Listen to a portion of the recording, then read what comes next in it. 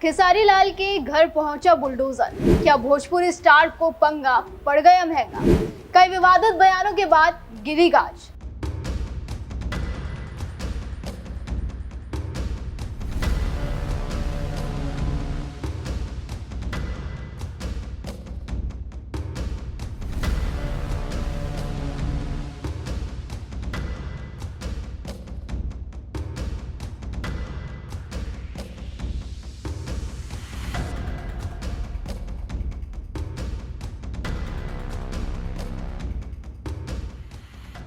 अरे आस्था है तो क्या राम मंदिर में पढ़ के मैं क्या मास्टर बन जाऊंगा? राम मंदिर पढ़ के क्या मैं प्रोफेसर बन जाऊंगा? तब भी कहते थे कि रामलीला हम आएंगे, मंदिर वहीं बनाएंगे।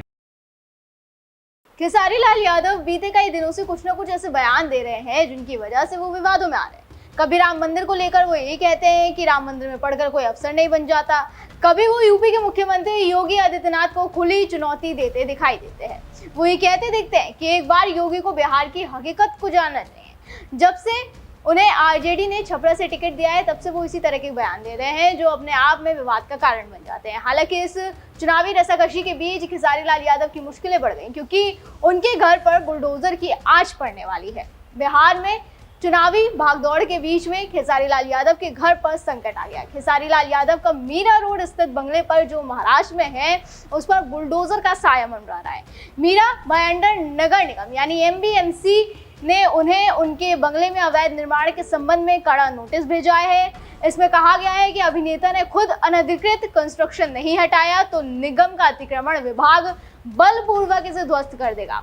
ये कार्रवाई तब सामने आई जब महानगर पालिका ने अपने क्षेत्र में अतिक्रमण की जांच की। इस समय खेसारी लाल यादव और उनका परिवार चुनाव प्रचार के चलते बिहार की छपरा में व्यस्त है, जिस कारण उनके घर पर कोई मौजूद नहीं था। नोटिस के अनुसार खेसारी लाल यादव के बंगले में लोहे के एंगल और चादरों का उपयोग करके ग्राउंड, पहली मंजिल और दूसरी मंजिल पर शेड का अवैध निर्माण किया गया है। यानी उन्होंने जो कंस्ट्रक्शन किया हुआ है वो अवैध तरीके से किया हुआ है। ऐसे में उनके घर पर नोटिस चिपकाया गया है कि भाई या तो इसे आप अपने आप हटा लीजिए वरना आपके घर पर बुलडोजर कार्रवाई की जाएगी। साथ ही पास किए गए मैप में भी बदलाव करके निर्माण करने के उन पर आरोप है, जिसके लिए कोई अनुमति भी नहीं उन्होंने ली।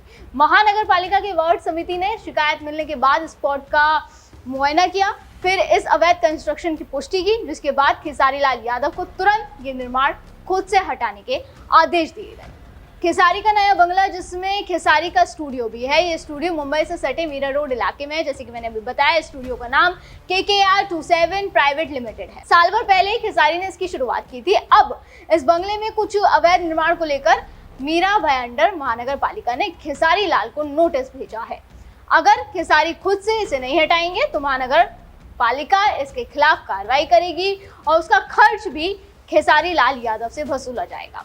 जब बीते दिनों बुलडोजर बाबा योगी आदित्यनाथ एनडीए के लिए बिहार में ताबड़तोड़ रैलियां कर रहे थे, जनसभाएं कर रहे थे, उस वक्त उन्हें सुनने के लिए जनसैलाब उमड़ गया था। लेकिन इन जनसभाओं की खास बात यह थी कि जनसैलाब के साथ साथ सभाओं में बुलडोजरों का सैलाब भी आया था। कई तस्वीरें ऐसे सामने आई जिसमें देखा गया कि जनसभाओं में बड़ी संख्या में बुलडोजर पहुंचे हैं। ये उस बात का प्रतीक था कि बिहार में दूसरे राज्यों की तरह ही बुलडोजर मॉडल खूब पसंद किया जा रहा है। बिहार में भी बुलडोजर एक्शन की डिमांड बढ़ रही है, लेकिन फिलहाल बिहार में तो नहीं, लेकिन बिहारी बाबू के घर पर जरूर बुलडोजर पहुंच गया है।